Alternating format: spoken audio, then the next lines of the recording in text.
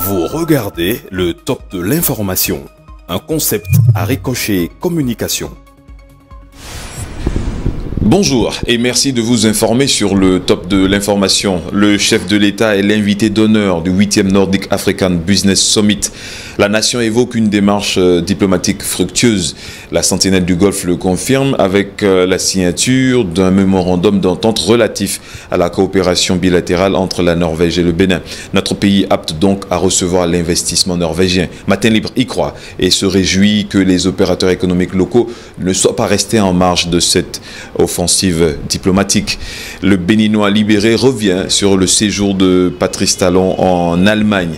L'invitation adressée aux investisseurs par le président de la République lors du sommet du G20 Afrique ferait l'objet d'une manipulation de l'opinion publique nationale par l'opposition, confie le journal. L'opposition, dont certains leaders déjà incarcérés dans le dossier CNSS, risquent de se retrouver à la Cour de répression des infractions économiques et du terrorisme, qui se saisit donc du dossier. Eux aussi ont vu leur dossier étudié. Il s'agit des promoteurs d'écoles privées d'enseignement supérieur.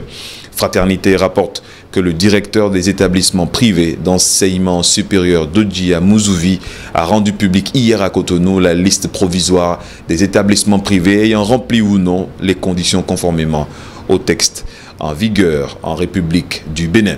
Au total, 50 universités et leurs filières ont obtenu un avis favorable pour l'agrément. 10 établissements et leurs filières ont reçu un avis réservé pour leur agrément. 27 établissements et leurs filières ont obtenu un avis défavorable. Et puis 50 autres ont été déclarés définitivement fermés dans toute filière à compter de la rentrée 2018-2019.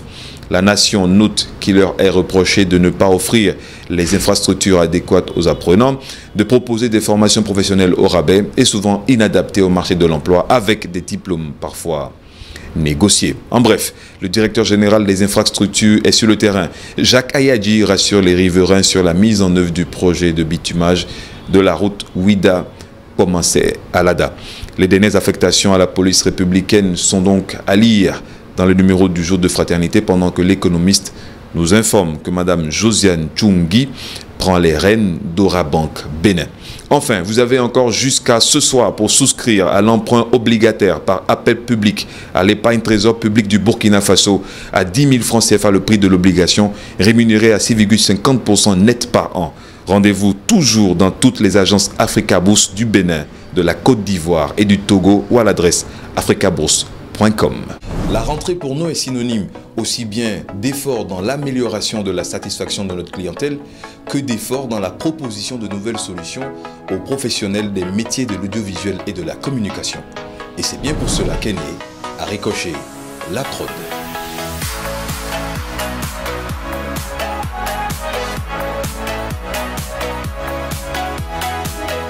Vous êtes graphiste, vous êtes monteur, vous êtes ingénieur, vous êtes architecte. Vous avez des clients, vous avez des opportunités, mais pas de matériel pour travailler. Nous avons pour vous du matériel de dernière génération avec la dernière version de tous les logiciels.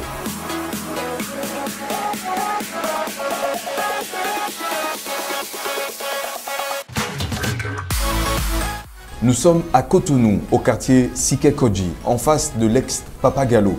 Contactez-nous en nous appelant au 97 14 60 00 ou envoyez-nous un mail à l'adresse aricochetcom@gmail.com.